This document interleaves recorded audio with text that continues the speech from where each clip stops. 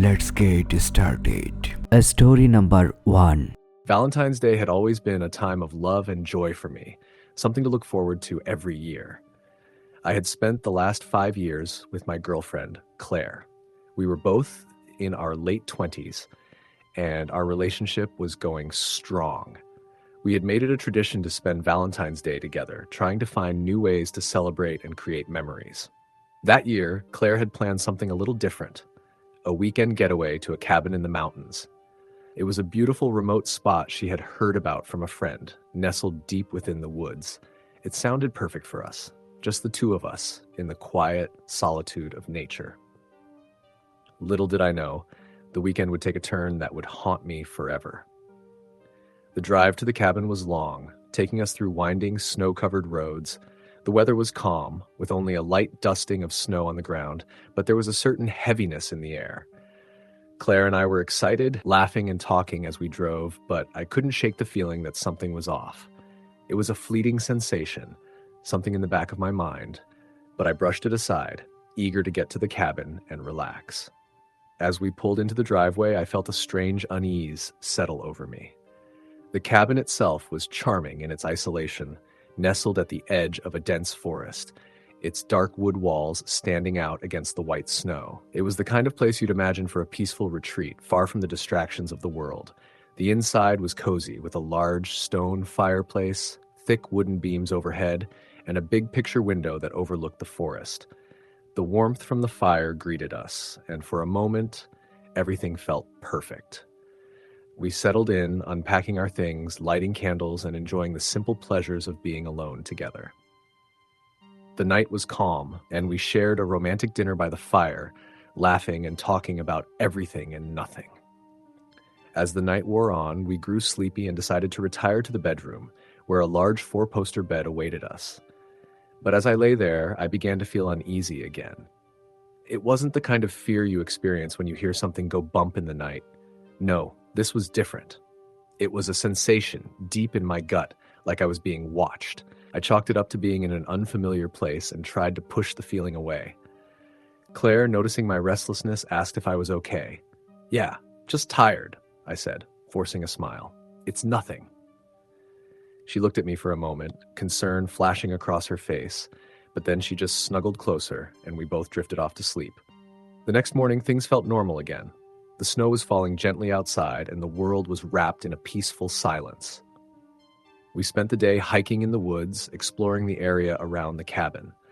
The landscape was breathtaking, and for a while I forgot about the unease I'd felt the night before. But as the sun began to set, casting long shadows across the snow, I noticed something strange. There, at the edge of the forest, was a figure. I squinted, trying to make it out, but it was too far away to see clearly. It looked like a woman, standing still in the distance, facing the trees. "Claire, do you see that?" I asked, pointing toward the figure. Claire turned her head, following my finger, but when she looked back at me, her face was pale. "There's nothing there," she said quietly. I frowned. I was certain I had seen someone standing in the woods, but when I looked again, the figure was gone. I shook my head, unsure of what had just happened. Maybe it was a trick of the light or my mind playing tricks on me. Still, I couldn't shake the feeling that something was wrong.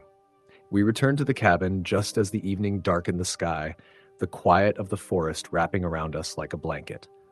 We lit the fireplace and settled in for a quiet night, but I couldn't shake the unease that had followed me throughout the day. Later that evening, after a few glasses of wine, Claire suggested we take a walk in the woods. It was a strange idea, considering how dark it was, but the thought of getting some fresh air made me feel better. Reluctantly, I agreed. As we walked through the snow-covered path, the trees seemed to press in around us, casting long, twisted shadows on the ground. The wind whispered through the branches, and the snow crunched beneath our feet. There was something eerie about the forest at night, and as we ventured farther from the cabin, the feeling of being watched returned. Suddenly I heard it, a faint sound in the distance. It was the sound of footsteps, crunching in the snow, coming from behind us. I turned around, my heart skipping a beat, but there was no one there. I stopped, feeling a cold chill run down my spine. I looked at Claire, who was now frowning, her eyes scanning the darkness. "You heard that, didn't you?" I asked, my voice shaky. Claire nodded, her expression tense. Yes, but there's no one here. We stood there for a long moment, listening to the silence, the air thick with unease. The footsteps stopped, but the feeling of being followed remained. Finally, we turned and hurried back to the cabin, the hairs on the back of my neck standing on end. Once inside, I locked the door behind us, feeling a sense of relief wash over me as we were enclosed in the warmth of the cabin once again. That night, we didn't speak much. We sat in front of the fire, the room feeling heavier than before. I kept glancing toward the window, half expecting to see a shadow moving outside, but all I could see was the falling snow. Claire had fallen asleep on the couch, but I couldn't shake the feeling that something was wrong. Something was lurking just beyond the reach of my senses. Around midnight, I heard it again, the faint sound of footsteps in the snow. This time, it was closer, unmistakable. I stood up from my chair, my pulse quickening. The footsteps were coming from outside the cabin, and I could hear them getting closer.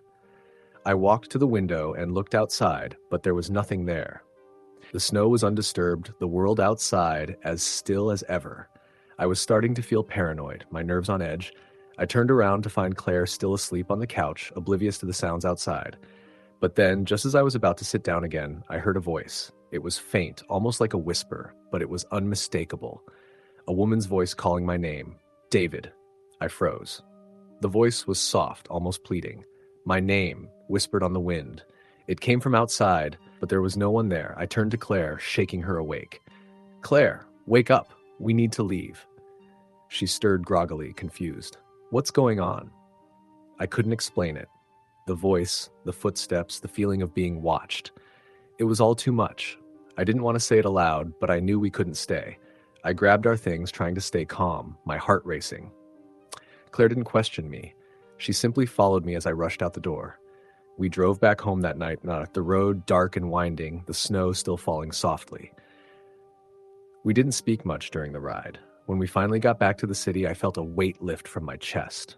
The unease, the fear. It was all behind us, or so I thought. The next morning, I received a call from the rental company that owned the cabin. They asked if we had enjoyed our stay, and I hesitated before replying. Then, in a quiet voice, the woman on the phone asked if I had seen the woman in the woods. She died there, she explained, many years ago. It said she haunts the area, waiting for someone to come and take her home. I didn't know what to say. I had no words. Story the end. Story number 2. It was a cold February evening, the kind where the chill in the air feels like it cuts right through to your bones. Valentine's Day was approaching, and I, like most people, had been busy planning something special. My name is Emma, and I had been dating Sean for a little over 2 years. We had spent countless holidays together, but this year I decided to do something different. I found a quaint little bed and breakfast on the outskirts of town, tucked away in the middle of a thick forest. It seemed like the perfect romantic escape. The reviews were stellar, and the photos looked charming. A small stone building with a huge fireplace and a gorgeous view of the surrounding trees. We drove up that weekend, excited to escape the hustle of the city. The closer we got, the more the snow fell, blanketing the world in a thick layer of white. The cabin appeared to be isolated, surrounded by dense woods on all sides. I could tell that Sean was getting a little nervous, but I reassured him that it would be a peaceful and relaxing weekend. When we arrived, the innkeeper, an older woman named Mrs. Montgomery, greeted us warmly. Her house smelled of cinnamon and wood smoke. She showed us to our room, which was exactly what I had hoped for, cozy and rustic, with a large bed and a fireplace that looked like it belonged in a fairy tale. Mrs. Montgomery smiled and handed me the key. The forest is lovely this time of year, she said, her voice soft and kind. If you get a chance, take a walk, but be careful as night falls. The woods are different when the sun goes down. Her words struck me as odd. I thought maybe she was just trying to make the place seem mysterious, but I noticed Sean's expression tighten when she mentioned the forest. He was always a little on edge when it came to places like this, where the isolation felt overwhelming. After she left, we unpacked and settled in. The snow continued to fall heavily outside, and as night approached, the only sounds we could hear were the wind howling through the trees and the crackling of the fire. Sean suggested we go for a walk in the woods before it got too dark. I was hesitant, but the idea of the quiet, snow-covered trees appealed to me, and I didn't want to seem overly cautious. We bundled up in our coats, scarves, and gloves and stepped out into the cold. The path that led into the forest was narrow and winding, with tall trees on both sides. As we ventured deeper, the silence around us became almost deafening. It was as though the snow absorbed all sound, leaving us in a strange, eerie stillness. The trees were heavy with snow, their branches bending under the weight, creating a canopy above us that blocked out most of the sky. "This place is beautiful," I said, trying to lift the mood. "It feels like we're in a snow globe." Sean didn't respond immediately. He was walking ahead of me, his eyes scanning the woods. Something was off about the way he was acting. I could tell he was uncomfortable, but I didn't want to bring it up. We walked for a while, and I felt a growing unease. The further we got from the inn, the more disorienting the woods became.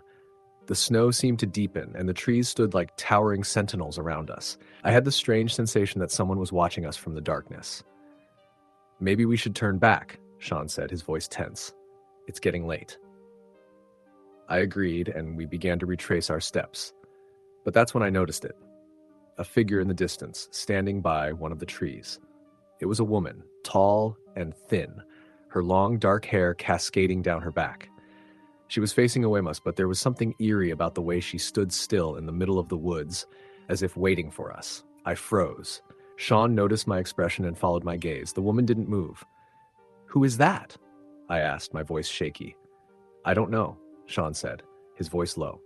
"Let's just keep walking." But I couldn't take my eyes off her. Something felt wrong. I wanted to call out to her, but I couldn't find my voice. She was still there, unmoving, as if she had been waiting for us to notice her. The longer I stared, the more I felt an overwhelming sense of dread crawl up my spine. "Emma, we need to go," Sean insisted, grabbing my arm. "Now." I tore my gaze away from the figure, and together we turned to leave. As we walked back down the path, I couldn't shake the feeling that we weren't alone. The woods, which had felt so peaceful earlier, now felt suffocating. The snow seemed to fall harder, and every step we took felt like it was leading us farther into something sinister. When we finally reached the inn, we rushed inside, slamming the door behind us. Mrs. Montgomery was sitting by the fire, her knitting needles clicking quietly as she worked. She looked up as we entered, her eyes flicking from one of us to the other. "Did you see her?" she asked, her voice almost a whisper. I blinked, my blood running cold. "Who?" "The woman in the woods," she said. "You saw her, didn't you?" Sean and I exchanged a look, both of us unsure how to respond. I didn't want to admit what we had seen, unsure if it was real or just a figment of our imaginations. But the terror I felt in my gut told me otherwise. "You should not have gone out there," Mrs. Montgomery continued, her voice steady but full of warning. "She's always there, watching. She's never left." Sean looked at me, his face pale. "Who is she?" The innkeeper paused, her knitting slowing as she thought carefully. Her name was Lillian. She was a woman who lived in these woods long ago. She and her lover were to meet here on Valentine's Day, but he never came. He had an accident, or so they say. Some claim he was murdered by those who didn't want them together. I shuddered. "What happened to her?" "Lillian waited," Mrs. Montgomery said softly. "For years, they say. Every Valentine's Day, she returns to the woods looking for him. And every year, she finds someone new. She doesn't speak, just watches, waiting. She never leaves." My stomach twisted with fear. I had felt her presence in the woods, and I was certain I had seen her, standing there, unmoving. "Why did you let us go out there?" I asked, my voice trembling. "Why didn't you warn us?" Mrs. Montgomery didn't look at us directly. Her eyes remained fixed on her knitting. "Some things are better left unseen, dear. Some things are meant to stay in the dark." That night, we stayed in our room, too afraid to leave. I couldn't sleep, tossing and turning as the wind howled outside. Every creak of the house, every gust of wind set my nerves on edge. I kept imagining I saw Lillian's face outside the window, her eyes staring in at us. The next morning, we left early. We couldn't bear to stay another minute. As we drove away, the woods seemed to stretch on forever behind us, dark and endless. I could still feel Lillian's presence, and I knew that she would always be there, waiting. To this day, I can't shake the feeling that she's still out there, in the woods, waiting for the next couple to walk by. Every Valentine's Day, I remember the woman in the snow, and I wonder if she's still looking for her lost love, or if she's still waiting for someone else to take his place. Story the end. Story number 3. It was late one February evening when I found myself alone in a quiet, somewhat eerie old Victorian house on the edge of town. The house had been vacant for years, a relic from a time long past. Its creaky floors, peeling wallpaper, and dust-covered furniture made it feel like something from a forgotten era. But it was perfect for what I needed, a place to get away from everything. I had just moved to this small town a couple of months ago, and as Valentine's Day drew nearer, I realized I had no one to spend it with. It wasn't that I was heartbroken or lonely, but rather, I didn't want to be reminded of what I didn't have. So when a friend offered me the use of this old house for the night, I jumped at the opportunity for some peace and solitude. The house, however, had a history, one I hadn't paid much attention to when I'd first agreed to stay there. The local legend was that the house had been the scene of a tragic love story. A young couple had lived there many years ago, deeply in love, planning their life together. But on the eve of Valentine's Day, the woman, who was pregnant with their child, had been found dead in the house. The cause of her death was never clear. Some said it was an accident, others claimed foul play. The man, devastated by her death, disappeared, and the house was left empty, becoming a place that people avoided, especially around Valentine's Day. I had heard the whispers, but I dismissed them. Ghost stories didn't scare me. I was practical, logical. I had no reason to believe in the supernatural. Still, the house was old, and the wind outside had started to howl as night fell, adding an almost sinister quality to the place. As I settled into the living room, the flickering glow of the fireplace was the only light in the room, and the creaking of the house seemed to echo through the empty halls. I tried to shake off the growing feeling that I wasn't truly alone, but the unease only deepened. I poured myself a glass of wine and began flipping through an old book I'd found on the coffee table. The pages were yellowed, and the smell of must hung in the air. But as I read, I heard something. Faint footsteps echoing from above. I froze, my breath catching in my throat. "Hello?" I called out, half expecting one of the other guests to be playing a prank on me. But there was no answer. I stood up, the wine glass still in my hand, my heart beating faster now. The house was old, I told myself, and the floors were creaky. It was just the wind or the house settling. I turned to leave the room, but then I heard it again, footsteps, louder this time, pacing back and forth. They were definitely coming from upstairs. My nerves tingled with unease. Curiosity gnawed at me, and against my better judgment, I walked toward the staircase. The wood creaked beneath my feet as I made my way up to the second floor. The house was quiet now, the eerie sounds fading as I moved. I walked slowly down the dark hallway, the air growing colder the further I went. The door at the end of the hallway was cracked open, and the dim light from the living room below barely illuminated the dark space. I pushed the door open, and inside was a bedroom, nothing remarkable about it, except for the overwhelming sense of sadness that seemed to hang in the air. I could almost feel the weight of the sorrow that had once lived here. The bed was unmade, the curtains drawn tightly, blocking out the night. But it wasn't the room itself that unsettled me. It was the reflection in the mirror. I hadn't noticed it at first, but as I stepped further into the room, my eyes were drawn to the large, ornate mirror on the wall. The reflection wasn't mine. There was a woman standing in front of the mirror, her long, dark hair flowing around her shoulders, her eyes empty and hollow. She wore an old-fashioned dress, one that looked as though it belonged to another time, Victorian, perhaps, or earlier. Her face was pale, almost ghostly, and her eyes locked onto mine. For a moment, I thought I was imagining it. I blinked, but she was still there, staring at me. A cold shiver ran down my spine, and I stumbled backward, nearly knocking over a chair in the process. I blinked again, and the figure was gone. I stood frozen in place for what felt like an eternity, my heart pounding in my chest. Had I seen what I thought I'd seen? I couldn't be sure, but the fear that clung to the air in that room told me that something wasn't right. I turned to leave, but as I stepped toward the door, I heard a voice, a soft whisper, almost imperceptible, "Please don't leave me." The words chilled me to the bone. They weren't my thoughts, but they echoed in my mind as if spoken directly to me. I turned back toward the mirror, my breath catching in my throat. The reflection was empty now, but I could still feel her presence, like a cold hand resting on my shoulder. I stumbled out of the room, my head spinning with fear and confusion. I rushed back down the stairs and into the living room, but I couldn't shake the feeling that I wasn't alone anymore. The house seemed to press in on me, the walls closing in with every step I took. My heart raced, and my breathing became shallow. I tried to tell myself it was all in my head, that it was just a combination of the house's eerie atmosphere, the old stories, and my overactive imagination. But deep down, I knew I had felt something cold and unrelenting. I couldn't bring myself to go back upstairs to confront whatever I had seen in that mirror. So I stayed in the living room, curled up on the couch, trying to convince myself that I was safe. But the night dragged on, and as the clock ticked toward midnight, the house seemed to grow even colder. The wind howled outside, the snow tapping against the windows, but inside the chill settled into my bones. It was then that I heard it, the soft sound of a woman crying. The sound was muffled, but it was unmistakable. I stood up, my legs shaking. I knew I had to face whatever was in this house. I couldn't stay here in fear. The crying was coming from upstairs, the same place I had been before.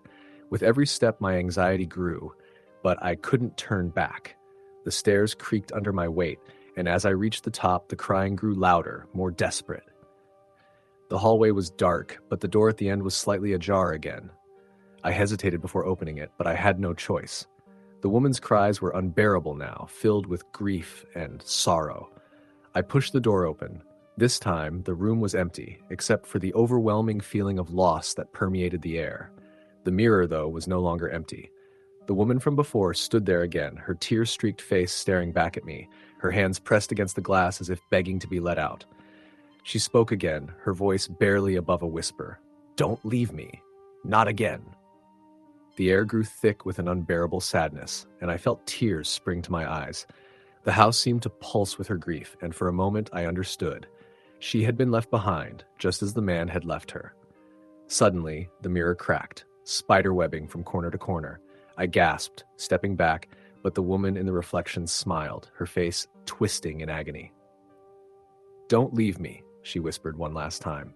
I ran from the room, down the stairs, and out of the house. I didn't stop until I reached my car, where I fumbled for the keys and sped away from the house.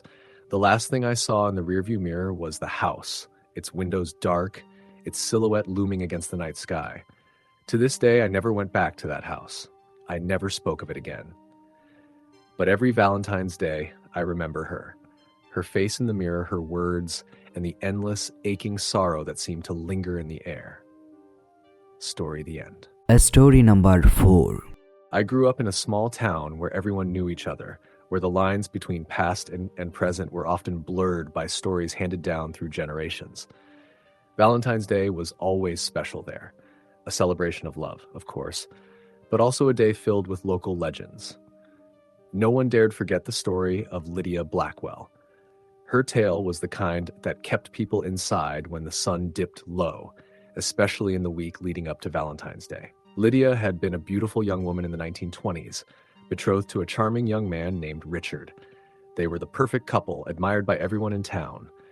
They were to be married on Valentine's Day, a day chosen for its symbolic sweetness, for the promise of love eternal. But on the eve of their wedding, disaster struck.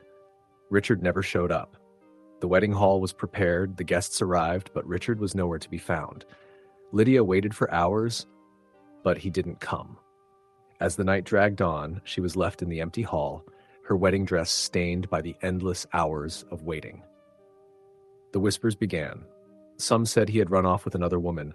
Others claimed he had met a terrible fate. No one ever knew for sure. What they did know, however, was that Lydia's heart was broken beyond repair. She was never seen again, and the townspeople claimed she had died from a broken heart, never to be found. They say her spirit still lingers in the woods behind the church, where she once waited for Richard's arrival. The old church had long since been abandoned, but that didn't stop the locals from telling stories about the cold, pale figure seen standing in the shadows of the trees on Valentine's Eve. Some said they had heard her crying, others claimed to have felt her icy touch, but no one dared venture too close to the church, not even in the light of day. I had heard all the stories growing up. I knew them by heart, but as a teenager I was skeptical. Ghosts were just that, stories. My friends and I would joke about them, talk about how scary the church looked, but we never really believed, until that Valentine's Day. It was the week before Valentine's Day when my friends and I made plans to visit the old church. We were bored, as teenagers often are, and the thrill of proving the stories were just that, stories, was too tempting to pass up. We piled into my car, all of us laughing nervously, and drove out to the church just before dusk. The road was icy from a recent snowstorm, and the trees lining the path seemed like dark sentinels watching over us. When we arrived, the church was exactly as I had imagined, abandoned, crumbling, and covered in ivy. The front doors were wide open, and the wind howled through the broken windows. I felt a shiver crawl down my spine as we stepped inside, our footsteps echoing off the stone walls. The air was damp and cold, and the smell of mildew was thick. It looked like it had been years since anyone had even thought to clean the place. We wandered through the church, our voices bouncing off the walls, laughing nervously as we explored the eerie silence. There were old pews, rotting and covered in dust, and stained glass windows, some of which had shattered over the years. We made our way to the back, where the doors leading out to the graveyard stood ajar, revealing a forgotten cemetery beyond. "Let's go out there," one of my friends suggested. "Let's see if we can find Lydia's grave." I had heard rumors that Lydia's grave was marked with a simple stone, but no one knew exactly where it was. Still, the idea seemed too exciting to pass up. We headed out into the graveyard, stepping carefully between the rows of headstones. The air had grown colder, and the silence was almost oppressive. The only sound was the crunch of snow beneath our feet. We walked deeper into the graveyard, my breath coming out in visible puffs, when I saw it. A figure, pale and motionless, standing near a weathered tombstone. At first, I thought it was just a trick of the light, maybe a shadow playing with the trees, but as I stepped closer, the figure became clearer. It was a woman dressed in a white gown, standing perfectly still. Her hair was dark and long, hanging loosely around her shoulders. My heart skipped a beat. I called out to her, but she didn't move. There was something unnerving about her stillness. I glanced back at my friends, who had stopped talking, their faces pale. "Who is that?" one of them whispered, his voice trembling. "I don't know," I muttered, feeling the hair on the back of my neck rise. Something wasn't right. We took another step closer, and that's when she turned to face us. Her eyes were wide and vacant, her face pale and hollow. She looked wrong. Her expression was one of deep sorrow, the kind of sorrow you could feel in the marrow of your bones. But there was something else. Something in the way she looked at us, something cold that sent a chill through the air. I could hear my friends' breath catch in their throats. They stood frozen, too afraid to move. "Lydia?" I whispered, barely able to speak the name. The woman didn't answer, but she took a slow step toward us, her feet not quite touching the ground. The air around us seemed to grow colder, the wind picking up and swirling through the graveyard. Then, as if on cue, the woman raised her hand, pointing toward something in the distance. We all turned to look, and there, standing in the far corner of the graveyard, was another figure. A man dressed in an old-fashioned suit, his face obscured by the shadows of the trees. He stood motionless, his back to us, staring at the horizon. My blood ran cold. "Richard," one of my friends murmured. The woman, Lydia, suddenly let out a cry, an anguished wail that pierced the air. It was the sound of heartbreak, of someone mourning a love lost. The wind howled, and for a moment the world seemed to freeze. The figure of Lydia began to fade, her form becoming more translucent with every passing second. "Please, no," I whispered, feeling the weight of her grief. She had never let go, never moved on, and now she was trapped in this eternal cycle of waiting for someone who would never return. As the figure of Lydia disappeared completely, I felt an overwhelming sense of sadness and fear wash over me. It was as if her pain had seeped into me, filling me with an unshakable dread. My friends didn't speak. They were too terrified to say anything. We turned and ran, not daring to look back, our footsteps heavy in the snow. We made it back to the car, breathless and shaken. I don't know how long we sat there, too afraid to leave, but when I finally looked up, the church was just a dark silhouette against the night sky. The wind had died down and the snow had stopped falling. But in my mind, I could still hear Lydia's wail, echoing in the distance. We never spoke of it again. No one in town ever mentioned Lydia Blackwell's ghost to me after that night. But every year, as Valentine's Day approached, I would think about her, and I would wonder if she was still waiting, still searching for the love that was never returned. Story the end. Story number 5. It was a few years ago when I first heard the story about the Valentine's Day haunting in our small town. I had just moved to the area, fresh out of college, and was eager to get to know the locals. The town was quiet, charming, and for the most part, picturesque, with cobblestone streets, a small but tight-knit community, and old houses full of history. One evening, as I was having a drink at the local bar with a couple of new friends, the conversation turned to Valentine's Day. A few of us were joking about plans for the upcoming holiday when an older man sitting at the bar leaned forward, his voice soft but carrying a tone of seriousness. "You all know the story, right?" he asked, his gaze flicking between the group. We all exchanged confused glances. "The Valentine's Day ghost," he added, as if the very name should have been enough to trigger recognition. We shook our heads, unsure whether he was playing a prank or if there was really something to his words. He let out a low chuckle, as if amused by our ignorance. "You've never heard of the woman who haunts the old Smith estate? Every year, right around Valentine's Day?" He paused, his eyes narrowing, a look of sincerity settling over his weathered face.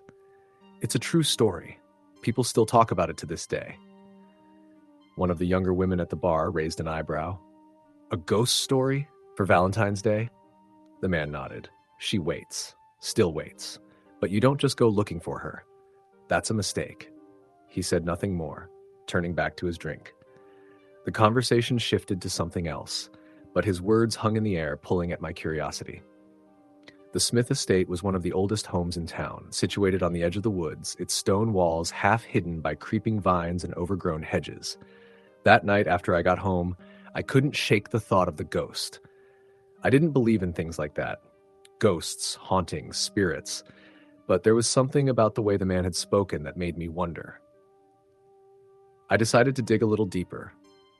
I visited the local library the next morning.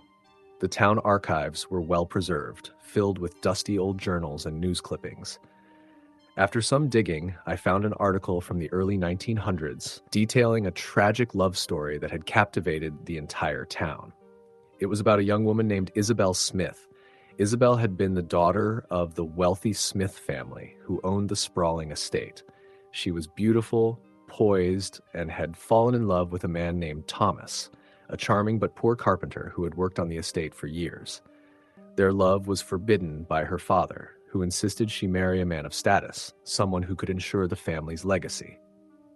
But Isabel had defied her father, planning to elope with Thomas on Valentine's Day. The night they were supposed to run away, Isabel waited in her room, dressed in her finest white gown, her heart racing with excitement and fear. But Thomas never arrived. Her father had found out about their plan and locked her in her room to prevent her from leaving. For days, Isabel remained locked away in the cold, dark room. Her father refused to let her out. Isabel's health began to deteriorate, her heart breaking as each day passed. She was devastated, convinced Thomas had abandoned her.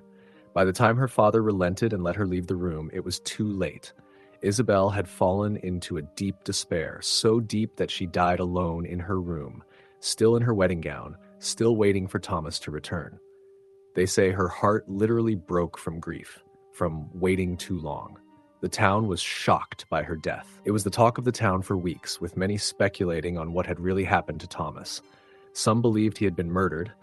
Others said he had simply left her, but no one knew for sure. Isabel was buried in the family plot behind the estate, and the Smith family soon moved away. But the house stayed behind, abandoned and decaying over the years. After I read that article, the story took on an eerie feeling.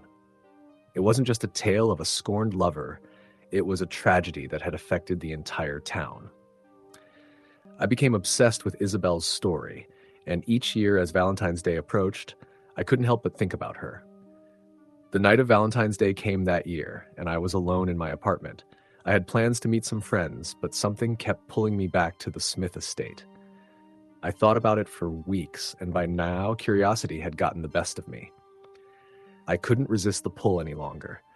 I knew the house had been abandoned for years, and I had heard rumors that it was haunted, but that didn't scare me, at least, not at first.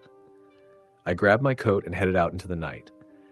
The town was quiet, the streets eerily empty, save for a few people going about their business. The wind was cold, and I felt a chill run down my spine as I made my way toward the estate. When I arrived, the house loomed before me, a dark silhouette against the moonlit sky. The front gate creaked as I pushed it open, and I stepped onto the overgrown path leading to the front door. My breath came out in clouds, and the silence around me felt suffocating. As I neared the door, I hesitated for a moment. The place looked abandoned, but something about it made the hairs on the back of my neck stand up. I told myself it was just my imagination, but the unease gnawed at me. I stepped inside, the old wooden floors groaning underfoot. The air was thick with dust, the faint smell of mildew lingering in the air. I moved cautiously through the house, my flashlight barely illuminating the dark corners. As I reached the staircase leading to the second floor, something caught my eye, a faded portrait on the wall.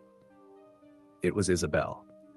The young woman in the wedding gown, her eyes hauntingly empty, her expression one of deep sadness. I couldn't help but stare at it. It was as if she was waiting for something, or someone. I shuddered and continued upstairs.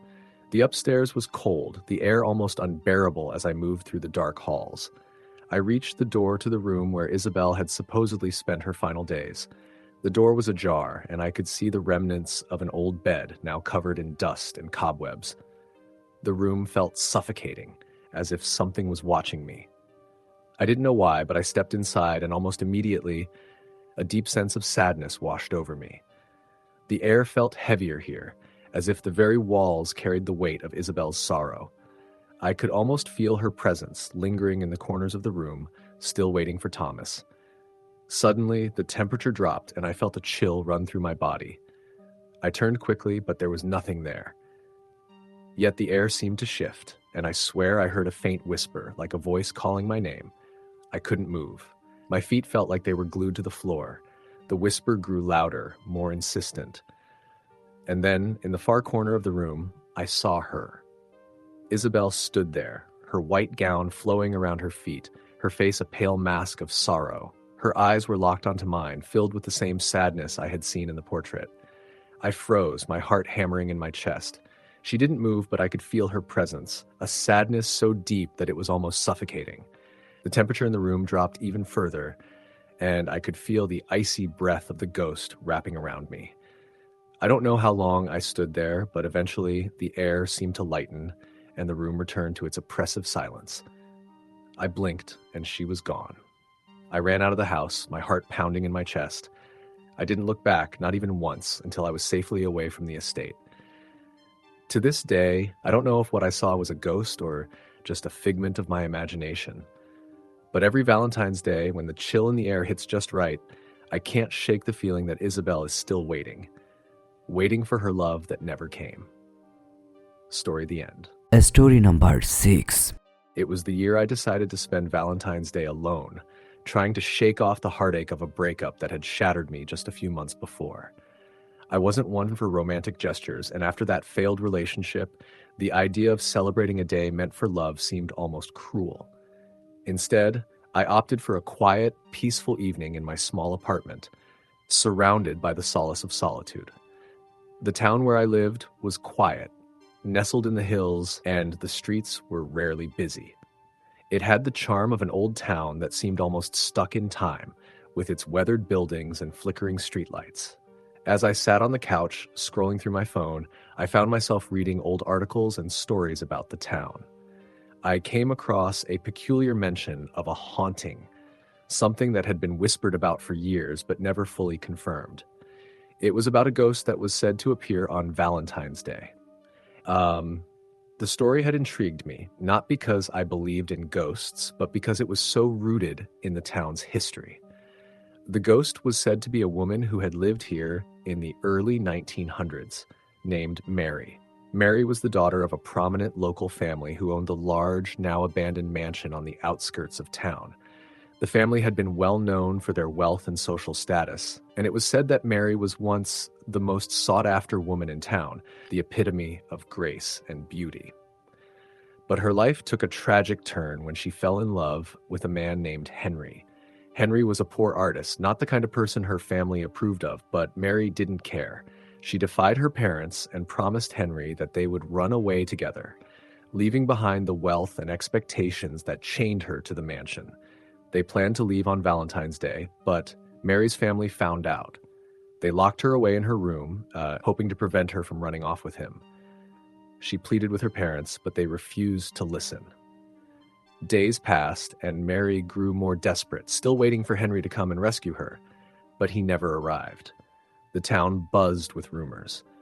Some said that Henry had abandoned her, too scared to face the consequences of running off with her. Others whispered that he had been murdered by her family, though there was no evidence to support it. All anyone knew for certain was that on Valentine's Day, when the clock struck midnight, Mary was found dead in her room, still in her wedding dress, a single red rose clutched in her hand.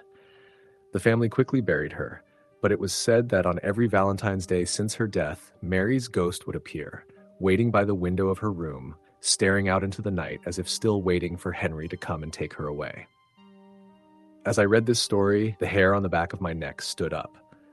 It was so tragic, so haunting. I didn't know whether to believe it, but the thought of the lonely woman, forever waiting for a love that would never return, stayed with me as the night wore on.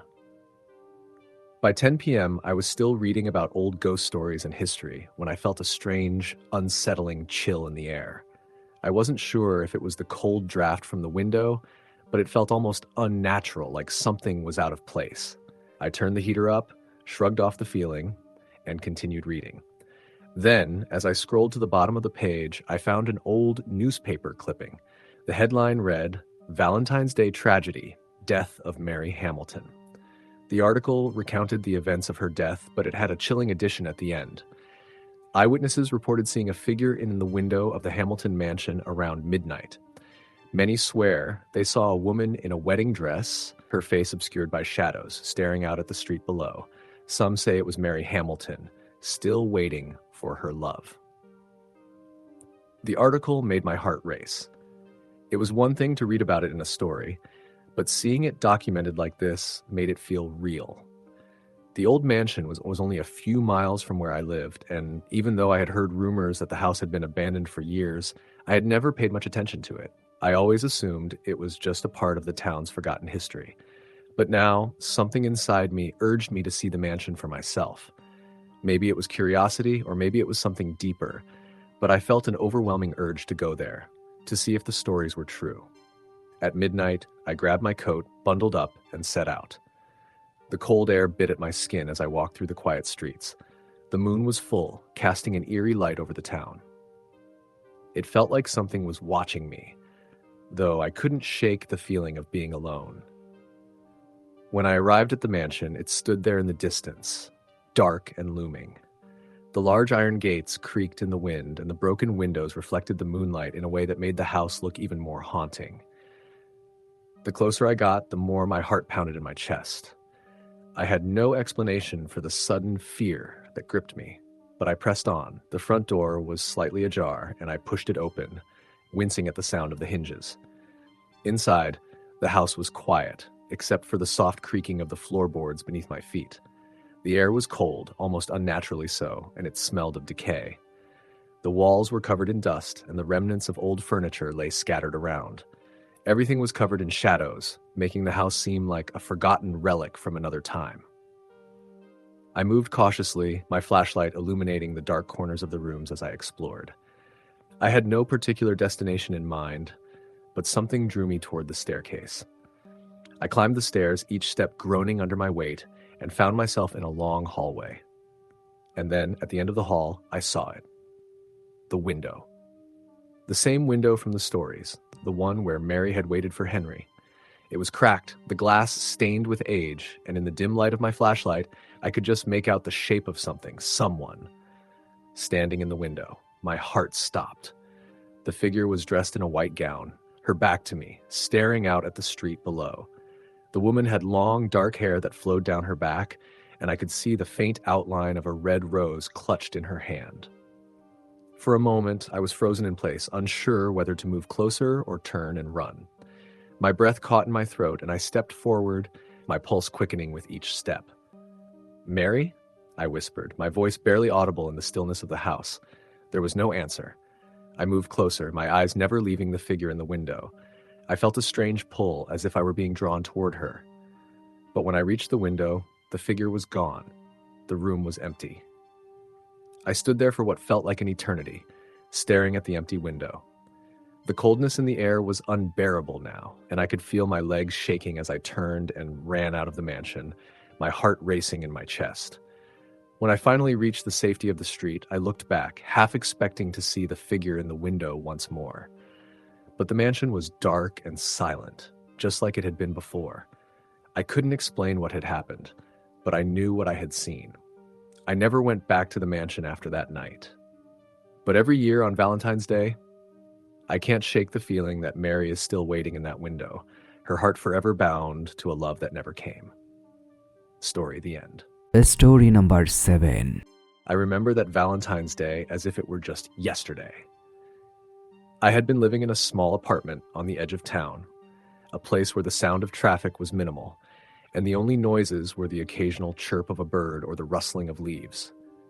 It was a quiet place, but it became the scene of something I still struggle to explain.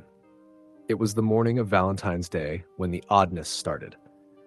I woke up to a soft knock at my door just as I was finishing my breakfast. I wasn't expecting anyone, especially not on a day like this. I opened the door, and standing on the other side was an older woman, maybe in her late 70s, with a kind smile and a few gray strands of hair poking out from under her dark scarf.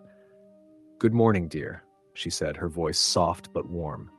"I'm Mrs. Harris. I live in the apartment across the hall. I was wondering if you could help me with something." I wasn't particularly close to my neighbors, but I had spoken to Mrs. Harris a few times. She was a quiet, private woman who usually kept to herself. Still, she seemed harmless enough.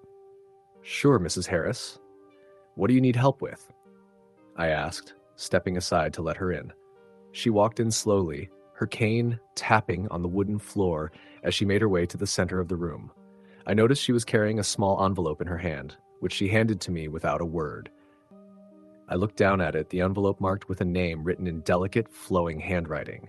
It read, "Mary Ellis. I need you to deliver this for me," Mrs. Harris said, her voice taking on an unusual tone. It wasn't frantic, but there was an urgency behind her words that struck me as strange. "I can't go out today. I'm afraid she's going to be waiting." I glanced up from the envelope, confused. "Who's waiting?" "Mary," Mrs. Harris replied, her eyes distant for a moment. She blinked a few times, refocusing on me. "She's been waiting for so long, every year on this day. Please, you must take it to her. She deserves to know the truth." Before I could ask any more questions, she turned, leaving the apartment as quickly as she had entered. I was left standing there, staring at the envelope in my hands. The name, Mary Ellis, meant nothing to me, and I had no idea what Mrs. Harris was talking about. But there was something unsettling in her eyes, something that made me feel like I needed to do as she asked. I tucked the envelope into my coat pocket and stepped outside into the crisp winter air. The streets were quiet, the sidewalks dusted with a light covering of snow. I didn't know where I was going, but Mrs. Harris hadn't specified an address. Still, I figured I'd start by asking around and maybe learning more about the mysterious Mary Ellis. I walked to the small coffee shop down the street, hoping I could get some information. The bell above the door jingled as I entered, and I was greeted by the usual friendly barista, Rachel. I asked her if she knew anything about someone named Mary Ellis. Rachel furrowed her brow, shaking her head. "No, never heard of her. Why?" I explained the strange encounter with Mrs. Harris, showing her the envelope. Rachel's eyes widened. "Wait a minute. Mary Ellis? Are you sure that's the name?" "Yeah, why?" I asked. Rachel leaned in, her voice dropping to a whisper. There's a story about her. It's an old one, but some people say she's still around. You see, Mary Ellis was a young woman in the early 1900s, and she lived in the house on the hill at the edge of town. She fell in love with a man named Thomas, and they were supposed to marry on Valentine's Day. But he never showed up. They say he disappeared, and some people think he was murdered by her family. No one knows what happened to him, but Mary waited for him day after day until she died, on Valentine's Day, alone. People say she still waits for him even now. The hairs on the back of my neck stood up as she spoke. The details were chilling, but they didn't explain why Mrs. Harris had asked me to deliver the letter. "Do you know where the house is?" I asked, my voice almost trembling. Rachel nodded. "It's still there, though it's abandoned now. It's a creepy place, though. I wouldn't go near it if I were you." But I had already made up my mind. I had to know more, and I had to deliver this letter. I thanked Rachel, leaving the warmth of the coffee shop and stepping back out into the cold. I made my way through the town towards the edge of the hill where the old house stood. The streets grew emptier, quieter, as I walked farther from the heart of the town. Eventually, I reached the long, winding road that led to the house. The house on the hill loomed in front of me, its once beautiful structure now worn and decaying.